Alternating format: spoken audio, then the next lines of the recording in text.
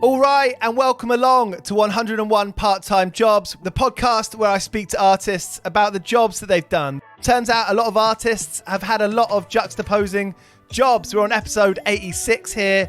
I've had dentists, dancers for Spinal Tap, someone who names things for a living. It actually doesn't really end. And without spoiling anything, I've got to say Adam and Sam from HYYTS, the duo that I've got on the show today, have actually got some of the best jobs I've had on the show so far. And certainly one of the most interesting and kind of eye-opening in a far more sobering sense. We had a great chat a couple of months ago. They're two really personable, funny, nice guys. And I'm glad that we got to chat. Their new single, Bad Tattoo, comes out this Friday.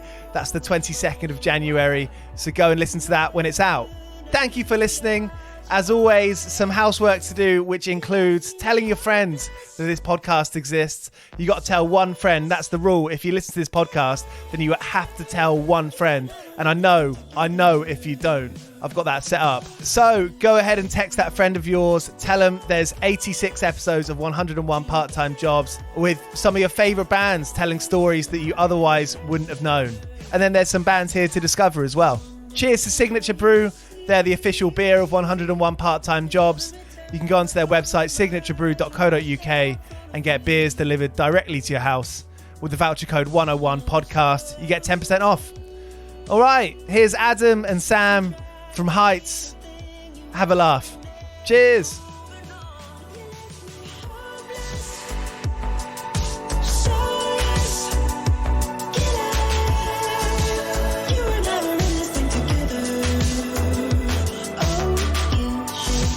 I mean, these podcasts, they started off, in my experience, playing in like punk rock bands. Like I just found it fascinating what people did between tours. And so that's how it started. But it's now just kind of like a general conversation about, your life and music in general. And like the single that you guys have just put out in the press release, which I have downloaded and read, it talks about how you've got quite contrasting characters. And from what I believe, that is exactly the same with your jobs. Is that right? Yeah, I'd say so. I mean, even now that we're in the band, the jobs that we do are quite different. And like, because being in a band is more than just like writing the songs. It's like, especially now that we're like signed and stuff, it's like all the press stuff and everything else. And even in the room, like we do very different jobs. I talk loads and like do a lot of the kind of like ice breaking and say a million things. And then Sam will just hit it with one thing at the end that just makes everyone laugh. And like, I think like those contrasting kind of, like we both are quite different at the same job, even though we do the same job right now. Like we both do it quite differently. But yeah, I mean, we both had a history before we went full time with the music. We both had a history with bar work, and I worked for a while when I moved to London to try and be a singer songwriter. I worked in a Brewdog bar, which is like a craft beer bar. So I had to pretend to be interested in beer, and then when we moved, pretend to be interested in the art of beer. And the craft of hops. Yeah, I know. It's so interesting. And then when we moved to Dundee, and I went full time in music, Sam, I kind of put in a good word. I helped him out. Adam got me my job. It was Adam that got me my job. Single-handedly, just said, "Yo, guys." Like, nothing to do with me. Nothing. No. and then I took the baton, the craft beer baton, and I just ran with it, man. Yeah. I became a crafty genius. Yeah. Brewdog's from Scotland, isn't it? It is, yeah. It's from Fraserburgh. Yeah, just outside Aberdeen. Okay. So yeah.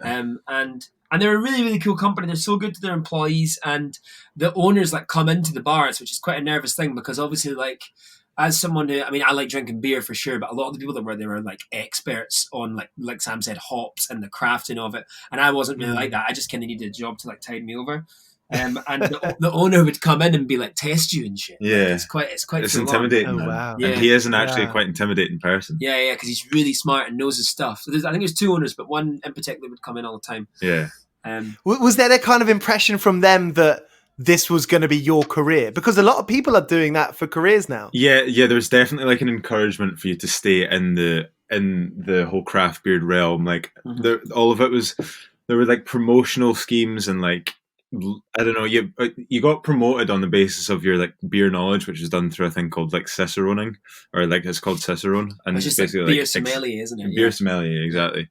And neither me or Adam had the fucking the guts, the chutzpah, No, or like, the arseness. no, to even go exactly. through with it. Basically, I'm not doing homework for a bar job, man. Yeah. Like, that's fucking... Well, this is it, right? You Yeah. can't pretend to like. Come on. No. And like, but the thing is, everyone wants those as bar jobs because they're the best ones because they pay you well, and like I said, a lot of people make a full career out of it, which is really cool, and you get like a weird mix of people who are clearly there just for a bar job and people that like really take it seriously. So, did you kind of have to lie and sort of did you talk about the music stuff? Well, yeah, but I'd say the lying is just fundamental in that kind of the world. It's the same with being a musician or being in the music world is the same in this respect in the craft beer world. You just half of it's bullshit. Yeah, like 100%. Yeah, I remember my first when I like had the interview and the guy was asking me what my favorite beer was and stuff, and I like had no clue,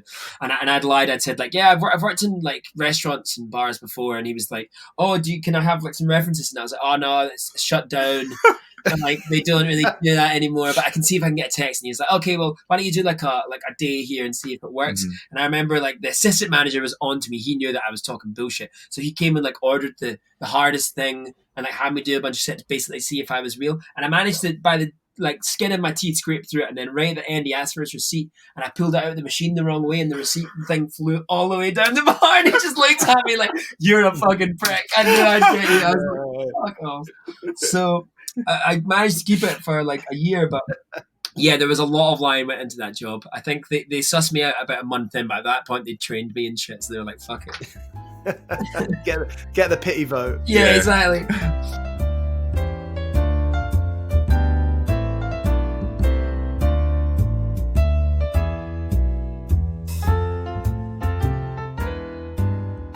Had you started HYYTS by that point? No. So I started my like first technical job was like basically in kind of corporate performance. I was in like a theatre school when I was a kid, and they paid me like basically nothing, but they used us for like weird kind of like award ceremonies and stuff like that. Like me and when I was like maybe 16, 17, we would go and like sing songs and do dances because I was really like in the musical theatre world. And I started studying at the Royal Conservatoire of Scotland. I did musical theatre for 3 years, and I was in a that was it. Just before that, I was in a panto, which was my first like big professional job. Serious. I was Prince Charming at the SECC. But they're good. They have to be good. The people. Were you on stage singing or dancing? Yeah, I was Prince Charming. I was like the main guy, which was mental. But nothing major. Yeah, major. But the thing just is, Prince Charming. Come on. See in a panto, in a weird way, the main guy isn't actually the main guy. The main guy is really straight because you have like the dames, who's like the guy that dresses up like a woman. And you have like the buddies and stuff like that. So the main guy, it was actually quite a boring part. Like I just kind of, I had to be ridiculously handsome and amazingly talented at singing. Which you are, bro. Which you are. It's very easy to do. Yeah, you always aspired to be like Christopher Biggins, and the panto thing. He is my hero, to be fair. Yeah. All the kings have done panto. Jason Donovan, and who's the woman that's the queen of panto? What that was in EastEnders? You know what I mean? Thingy Smith. No, she's got blonde hair. Barbara Windsor. Queen. I didn't know. She's the queen of panto. So. And the Chase, Bradley Walsh. Oh yeah, all the greats. Wow. So, those are the kind of roles that you can only get hired for when you're like 40 anyway. Yeah, exactly. That's what people do before then. Yeah. No, but like that's the thing, because pantos, you have to be really good, and it's like quite scary because you're the toughest audiences in the world are kids. If you're shy, then they will they won't put up with it. They'll just like cry and like shout at you and leave the room. So it is quite difficult, and it pays well and stuff like that. So I did that. That was the first job, and then I moved to London after studying at the RCS, and that's when I got the job at Brewdog. And that was around the time, because me and Sam have always been best friends, like ever since we were kids. And I was kind of starting to make music, like write it by myself then, but it was just kind of on guitar. And so I got the bar job in London to kind of try and like give me some money to be able to afford living there. I was living with my brother on his couch, so I didn't need to really pay that much rent, but it was still just so expensive living there. It was ridiculous. So I was working in the bar, and I ended up working in the bar so much that I couldn't actually do gigs. And the gigs that I did, like trying to be a singer-songwriter in London. In Glasgow, it was like a little bit easier because you get gigs and people would be like, oh, I know what this is. In London, you're one of like 7 million people that are trying to do that, you know? So yeah, and there is something that goes, I mean, obviously, like any musician, if they care to admit it or not, you need to have a little bit of an ego to go through with that. Yeah. And you can't help but feel like a tiny little fish in a massive pond Oh, down in man. London trying to break. Yeah. The ego took such a batter, and like when I got into that course, I was like, I'm the like you say, your ego inflates because you're like, so many people try to do this and I do it, and then you go down and it's like no one gives a shit. So I ended up like, I think confidence is such a big thing in performing as well. 100%. Like it's pretty, and my point being is like it's kind of hard to be confident when you feel so minuscule. Oh, Exactly. mate, definitely, Exactly. yeah. Like and the confidence is, like you say, such an important part of like the talent. You can be really good, but if you lose your confidence, it doesn't come across. So people will see that straight away. You know what I mean? 100%. And that's the whole thing about performing, especially when you're like playing a gig, and you're playing your own music. Like the only way to get good at that is doing it, and that's what we learned. Like when we first started gigging, we just gigged so much. But even before we released music, or really knew what the project was, or we're playing songs that like weren't like that amazingly polished or whatever, it's like we got really good at that first because we were like, that's going to come in handy once we start really like trying to do this for a job. So but that's jumping forward a bit. I think at that point you didn't go to uni and you went straight to working in Edinburgh, right? I did, yeah, but that wasn't my first job. My first job was gaming, brother. Professional Call of Duty, yeah. No way. Yeah, when I was like maybe 14, 15. This is, by the way, this was before gaming exploded. Well, it was still massive, but professional gaming in particular. Like YouTube gaming. Yeah, well, YouTube gaming was kicking about, but like I'm talking about like the multi-million-pound tournaments for, Fortnite and all that stuff. That wasn't really a thing back then. It was just like, us three little bampots sitting in our flat, or not in our individual houses, farting away on Xbox for like days on end. And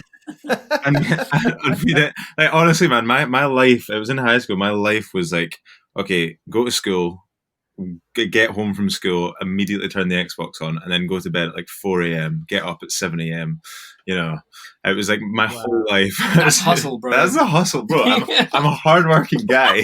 And where was that coming from? A place within you that was like you were just loving it and you were just kind of obsessed with it, or did you felt like you like had to do it? I think I didn't feel like dutiful or anything like that, but I felt, and I also didn't feel like I loved it. I think I was just seriously addicted to it. I've got quite an addictive personality that I don't care to admit, but that just took me, man. That just took me, and it was all my best pals that I played with, and it was just like to be fair, it was super fun.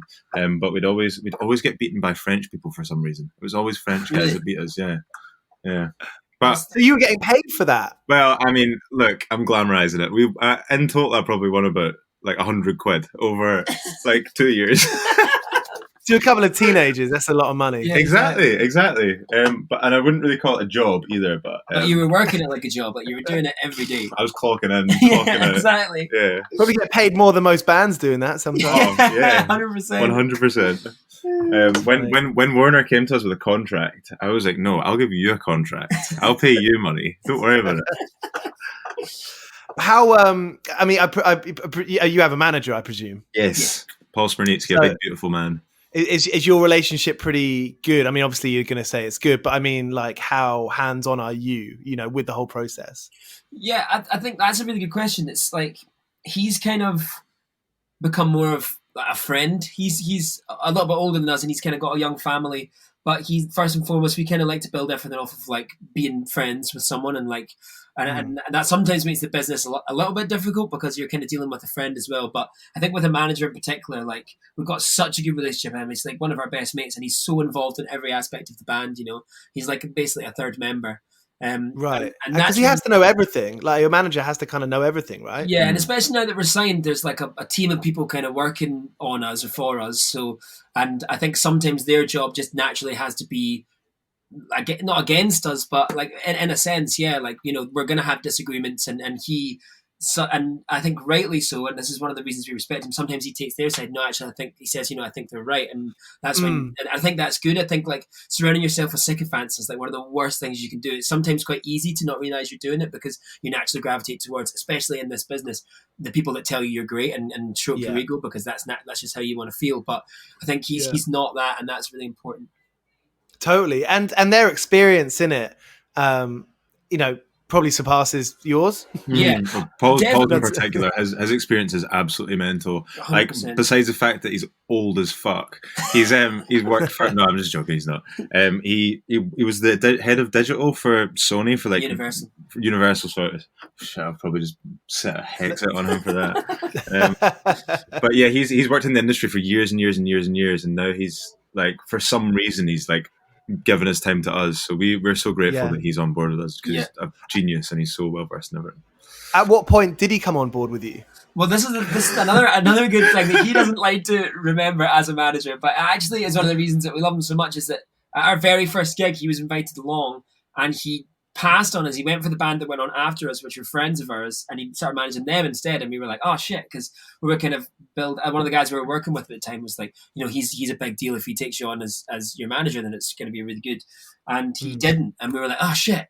But it was our very first gig, and to be honest, we were pretty shite at that point. Like it was our very first. I think there was raw stuff there, but the first time doing anything, you're going to learn more than you're going to be good at it. So it wasn't until we went away and did a couple more songs. We hadn't released anything yet, but we kept kind of sending stuff his way. And then one of our singles that ended up being our first single, it's called Butterflies in My Head. It's actually not on Spotify anymore. It's only on YouTube. But he loved that song and was like, right, I'm on board, and kind of got involved. And that's when my brother kind of helped manage us for a little while early on as well. He has like some experience in the music business, and we kind of like to keep it family and stuff like that. So their major thing, we for a while had just been like for years, maybe 2 or 3 years, had been working with the same group of people, a guy called Gary Clark and Alison Clark, his wife, who are like a songwriting and management team, and we've been working with them. I'd done a little bit of work on a film called Sing Street with Gary, that he wrote all the music for, and I did a little bit of work there. And then he basically said, because he knew that I like kind of acted and sang and danced, he wanted to make a film of his own, and he wanted me to be the star, because he's like, we can write it all together. And that kind of fell through, because we realized you needed fucking millions of pounds to do that, so we didn't have that. So we ended up with all these kind of songs that we'd written for that started kind of becoming the HYYTS songs, because we were like, 4 or 5 of these are really, really good, even out of context of the film. And I'd been living with Sam, and that's when Sam kind of joined the project of HYYTS, and we started doing a little bit of gigs here and there. And so we'd been like, some of the songs at that point were like 3 or 4 years old, and we'd been in that space of kind of partially in a band for years, because we've been really honing our skills at writing and producing and all these kinds of things, but not doing anything like the gigging or the marketing. So in some aspects we were really far ahead, and in some aspects we were still really new to it, which I understand, kind of like helped us, I think, because by the time we were coming to all this new stuff, we had a bit of experience. But their main kind of thing at the start was just, you guys need to go out and do stuff, start releasing songs, start gigging. Like, it's never going to feel like you're ready for it. You learn by doing. So I think that could be a tough thing for new bands, because I think the biggest question is like, oh no, should we try and get someone on board before we release things? Like, you don't want to release things just in case no one hears it. 100%. It's like it's a really catch-22, isn't it? Because you don't get people. We're kind of at that point right now where it's like, we've obviously got some backing and all this stuff, but we don't quite have the fan base yet that we can release things and not have to rely on radio or playlists, which is the dream, right? To like have a fan base that, even if like for whatever reason you don't get on that playlist or you don't get on that radio feature that you thought you would, you still have that fan base of core, however many people that you're looking for, depending on where you are in the career, that are going to plug it and listen to it and share it. So but you don't. I think the only way you really get that is through releasing music, and yet you don't want to release music and have it go under the radar or look like the kind of band that's got 2 albums out and no one's listening, because that's a bad image too. So it's a really tricky line, isn't it? I suppose the good thing is that you can always take things off. I mean, this is the gift of the internet. Yeah. If you don't like a picture of yourself, you could, or a comment, say you read a comment back that you wrote 5 minutes ago, you could delete it and not feel too bad about it. And I do that sometimes on Twitter. And it's the same thing with releasing music. If no one hears it and you feel a bit like a wally, you can delete it and then put it up a few months later after maybe you have a fan base from gigs. Yeah, 100%. And we had a lot of experience with that with like one of our singles. We'd had this single for a while, and we'd always kind of seen it as the main focus single building up to it. And we had a bit of traction. We got on New Music Friday out of nowhere. This is before we were like signed or anything like that. And we were like, holy shit. So we thought, well, naturally there's a bit of buzz. Let's put out this single next, this big one, kind of strike while iron's hot. And like nothing happened with it. And we're like, oh shit, what, how has this happened? And then it turned out, but even though no one listened to it, that's what Warner's really liked, and they picked up this song and they kind of asked us to like take it down and then re-release it with them. So yeah, we've had. Do you remember how you got onto the New Music Friday playlist? Because everyone loves. I mean, even though no one gets paid for it, Yeah. I mean, it gets you a lot of play in Starbucks where they're putting on these playlists all day long. I mean, the funny thing is, we've actually found now that it can be as detrimental a thing as it is a pro, because, like, if the thing is if you get on it too quick and people don't know who you are, and the type of song isn't the kind of thing that people will just naturally vibe to, people tend to skip it quite a lot. And if it gets a high skip rate, that's something that's really hard to repitch to Spotify. If you come back, does that come into the stats? They get the stats that people skip. 100%, yeah. If you're pitching for the next single and they say, well, look, your song got skipped. And actually it's coming to, weirdly, and I guess in some cases frustratingly, but in some cases that's just the way the world is, it's come to actually influence the way you make music now. We've had like A&Rs kind of say to us like, well, you can't, you need to kick in earlier because people are going to skip this if it gets on New Music Friday and all that stuff. That's just mental how that thing would now affect the way the music is made, and it's just really interesting. Yeah. I suppose from your artistic point of view, you're going to have to like, I don't know, make some compromises, but then in doing you're going to have to like try and sneak some into the radar, infiltrate the system. Yeah, 100%, man. And picking your battles is the most important thing too, because like if you give them, if you compromise in the little things and you do 4 or 5 of those and then you find a big one that you actually are going to in the future regret, you need to be able to go, look, I'm really sorry, but I am willing to compromise, to cut all the evidence, but this one is a no, And I think it's a classic kind of thing, right? When it's like we're a pop band, but we're definitely more interested in making art than money, and having acclaim rather than like fame. That's our thing. But then Warner's comes along, and of course they want numbers and they want success. So it's that classic thing of, I think they would just want us always to be a little bit more commercial than we are. We would always going to be focusing on the art, and it's just about compromising, trying to find the middle ground. Absolutely. Yeah, I completely understand.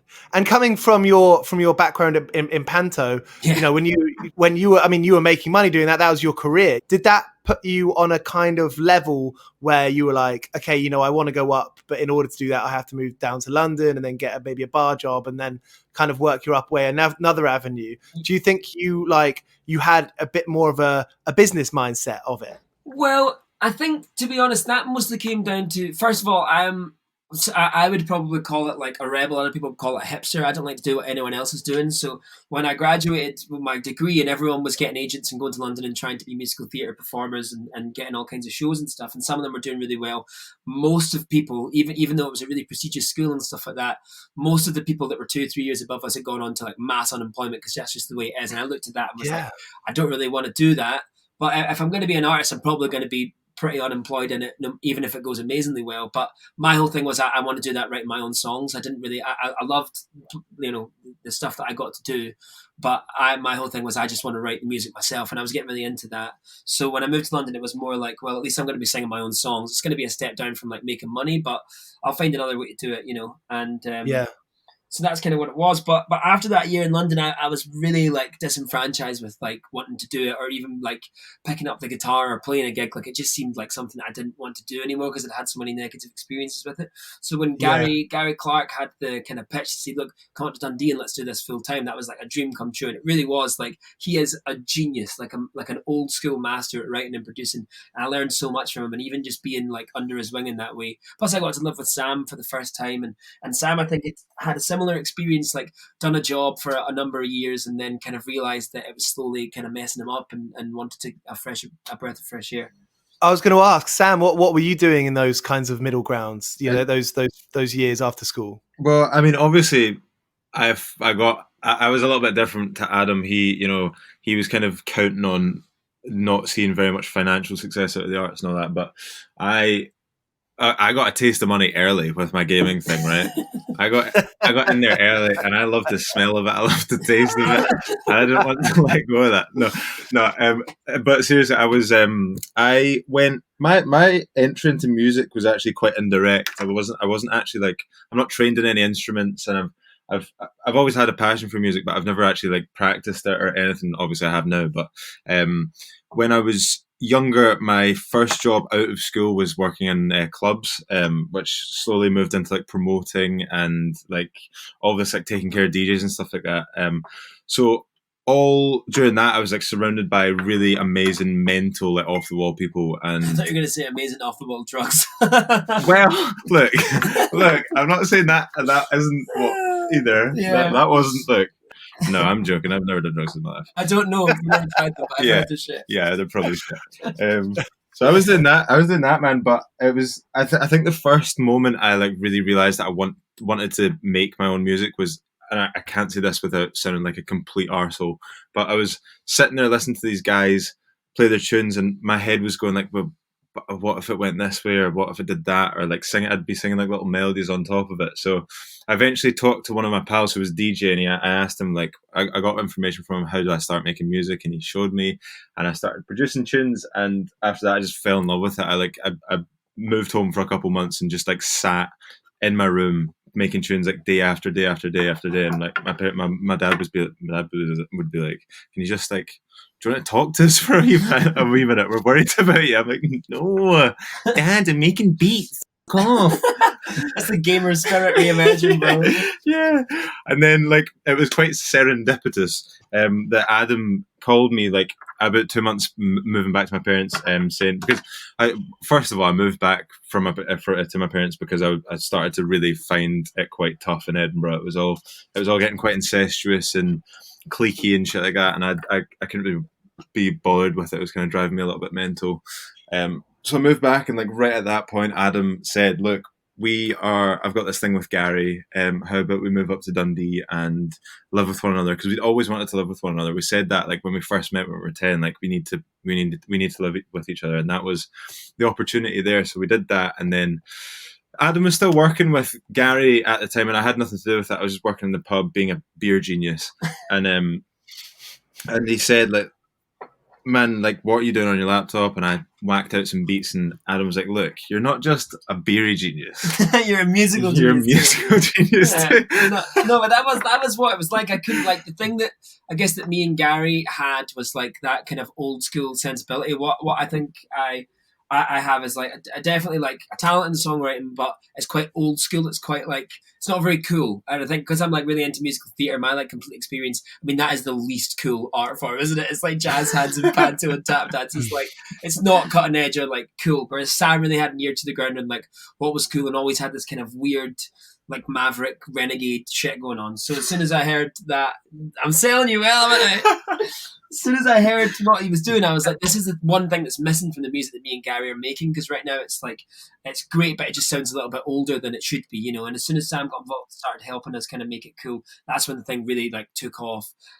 But then that's also when, after about 2 or 3 years in Dundee, everything started to get a bit weird. And like, we loved Gary, but Gary was really, really busy with his other jobs, and still trying to kind of like be as involved in the band as we were. And we kind of felt like, well, if we're going out and doing all the work, like we kind of want to feel like we're getting to make the decisions. And there was definitely like a little bit of like, we were immature and a bit arseholy, and we decided to, like, we were like, we're going to move back to Glasgow, because obviously we were like away from all of our friends as well. So I think it was more like we just felt isolated and a bit shit and a little bit depressed probably, and we were like, we're going to move back home and, you know, like just be closer to our friends. So we did that, which meant that we were no longer working full time. Sam got another bar job, I got a bar job, and also started working in the rehabilitation in the prison system in Scotland too, doing music therapy.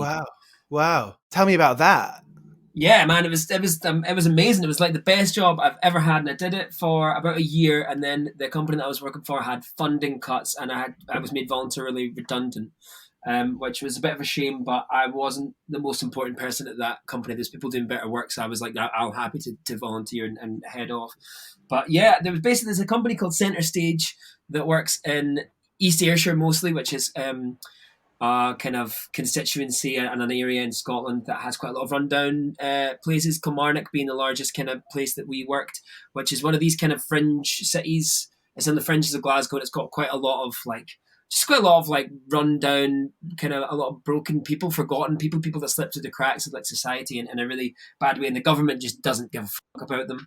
And there's a prison there too. And there's a company run by Paul Matheson and Fiona McKenzie, who are two amazing people, both teachers, who decided they saw all the kids that they were teaching in their schools go on, and it was always the brightest kids that ended up in prison or ended up dead or ended up in these problems. And they're like, we need to be doing something to stop this, you know. And treating it before it's a problem, if you know what I mean, rather than being like, well, let's punish people. It's like, let's make sure they don't make the Yeah, I think this is one of the biggest issues with creative people and school. I mean, and that completely applies to the prison system. Yeah. Also, it seems to me. I mean, 100%. I've not, I've had a little bit of experience there, and I worked with the young kids that were basically the kids that the schools didn't want anymore. They used to come into us, and I used to teach them twice a week. And then I worked mostly at the rehabilitation centre, so the drop-in centre for the people that we were working with that came out of the prison, and also it was a male prison, so we worked with women there too.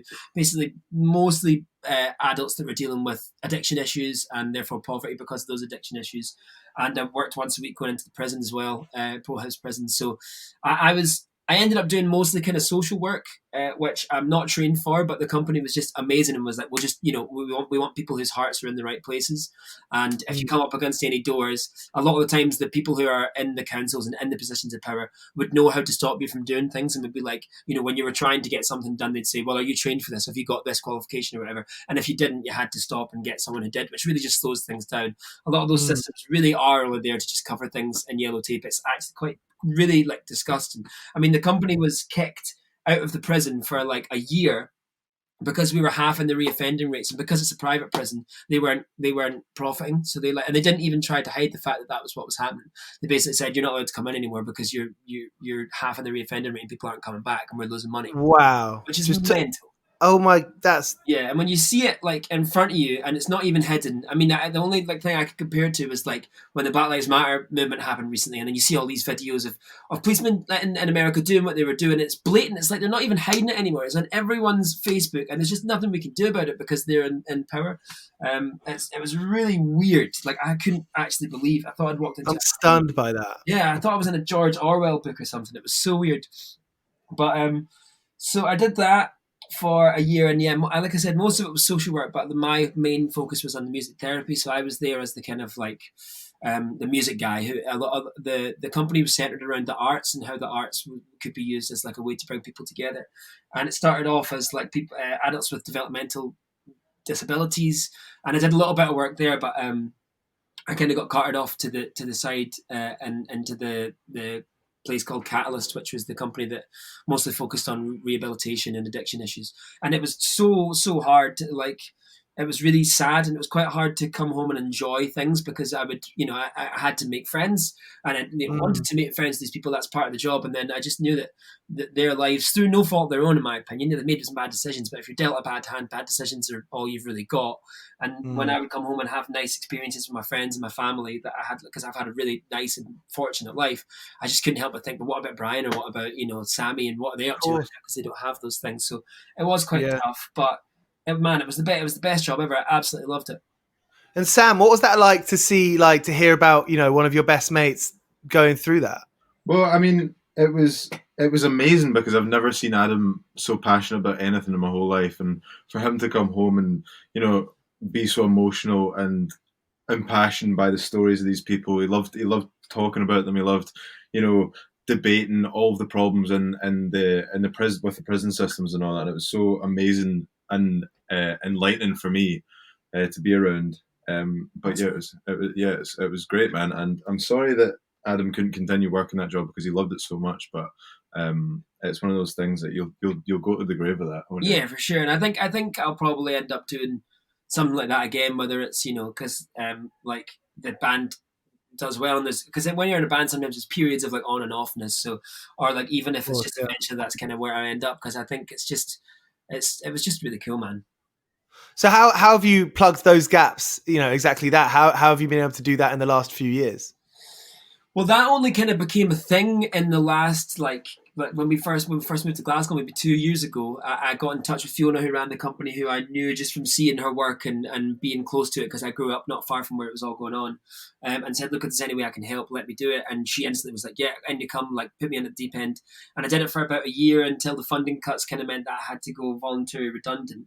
And I kind of made the decision under instruction from my boss, my direct boss, who was a woman called Mel, who was literally one of the most amazing and ridiculously good at her heart people I've ever met. She kind of said, if you're leaving this job, you should leave the job. You shouldn't be texting people, and because that's kind of what a lot of the job was. It was like off hours kind of support for people. She was like, and in a way, you know, by all means remain friends with these people, but if you keep trying to do it, you're not going to help yourself, and you kind of need to let us do the job as well. Like that's our job now to provide that support. So I kind of decided to like leave it go and maybe just check in with them, see if their funding allowed me to kind of come back or even to volunteer. But I did find that they were quite weird about, because I was like, well, look, I'll do it for free because I'm making money now off the band. And they were quite weird about their volunteer system. They try and keep volunteers, because they only have a number of volunteers that they can accept due to tax reasons and things like that. They try to keep it for people who, you know, like might go on to have a job or could use it as work experience to leverage, like basically the people who were trying to help. And I was like, well, that's fair enough too. I wonder if, you know, for you two and for anyone who's an artist, whether that, you know, similarly, you know, you have the job, but then, you know, the job spec, but you also have the complete emotional side of it. You know, you can get knocked back from a promoter or a Spotify playlist, you know, and that sucks. And then the next day there'll be some good news. The next day after that, maybe some not as good news, you know? Yeah, 100%. It's like such a, I mean, it's weird, like with the variance of jobs that I've done, like they're all quite different from each other, but they're all kind of the same. And not that I've done every job under the sun, but it's all quite like up and down. You know, you'll have great days, you'll have bad days, you'll have good moments and bad days. You'll have people that you need to kind of get you through. You'll have, you know, like things that you rely on and stuff like that. So it's all it is quite similar. It's just kind of existing, isn't it? And Sam, after working in the clubs, was that a smooth transition for you? Yeah, I think it was. I mean, it was a bit of a shock to the system because I'm so frightened of people. I'm scared of everyone, and the thought of having to perform live was like incredibly daunting. And obviously, that was obviously on the cards if I was to join a band. So that was pretty scary, but. There's probably a really cheesy saying for doing stuff that scare you. Yeah, do something every day that frightens you. Right? Exactly. Yeah. So I just took that on board, wrote it on my wall, and I shipped up to Dundee. But no, I mean, it was a bit of a shock to the system, but I always kind of felt like I didn't really want to do anything with my life that wasn't, you know, against the grain or wasn't fun and extreme. And I guess that was the exact opportunity that I needed. I was... Unlike, it's a little bit different. Adam was surrounded by like struggling people who really needed help, who were addressing that. I was in the nightlife industry. I was surrounded by struggling people who needed help, who did not look for it. You're, what's the word? Enabling. Yeah, exactly. I mean, is that something you thought about at the time? I mean, I guess that's funny to look at now, but I wonder at the time because, you know, a lot of people have worked bar jobs and they do see like the fun side of it, but there's this kind of tinge of sadness. Yeah, darkness. Oh man, yeah. And there's people that look. No one wants to work a bar job for their whole life, and I don't want that to land poorly with anyone. But like realistically, no one really wants to work a bar job in your life, and a lot of people work it until they're a little bit older, and it's like, as much as you try and convince yourself that that's all right, I mean, it is all right. It definitely is all right. But I don't know. There can be quite a lot of sad people in the sad. I mean, like, you know, upset people in the industry, and obviously you get a lot of regulars that are just a little bit too regular in these bars, and that's sad in itself. And you can actually like end up being if it's not like just a wall to speak at for someone to speak their problems to you, you can actually end up like having some really, really nice, deep and meaningful conversations with a lot of people that sometimes are having a bit of a tough time.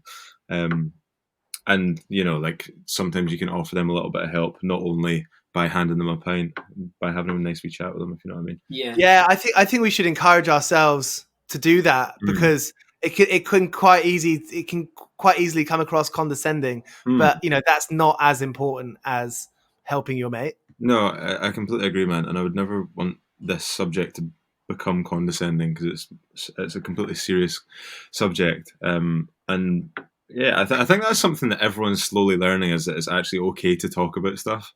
It's okay to talk about things that are shit. Like it's really easy to be around people who are being negative or they're being this and that, but what you shouldn't think about is them being negative. It's why they're being this way or that way. It's like the reasoning for things, and you should, I don't know, think a little bit about it. Just think about it. Sam and Adam, this has been a really, really nice chat. Your new single, Dreamkiller's awesome. Oh, thanks, man. Thanks very much, man. And really looking forward to seeing what comes next. Thank you so much, man. This has been so lovely. What amazing questions, and it's nice to talk about something we don't really get a chance to talk about very often. So thank you so much for having us on. Yeah. Nah, excellent. Glad you think so. Pleasure. Sweet. Cheers, then. Okay, Thanks great, so much, Charles, man. So there we had it. I told you they were nice. Go and listen to HYYTS' new single, Bad Tattoo, out this Friday. Review the podcast. Tell that one friend. I'm checking out right now. I know a few of you haven't, so go and do that right now. Have a lovely rest of the week. Go well. Cheers. Here is Sparrer to show you out. I've been working all day for me mate on the side, running around like a blue-ass fly. I've been working all day for me mate. Every bleeding minute I've been on the go, up and down the ladder like a fiddler's elbow. I've been working all day for me mate. This is a Mighty Moon Media podcast.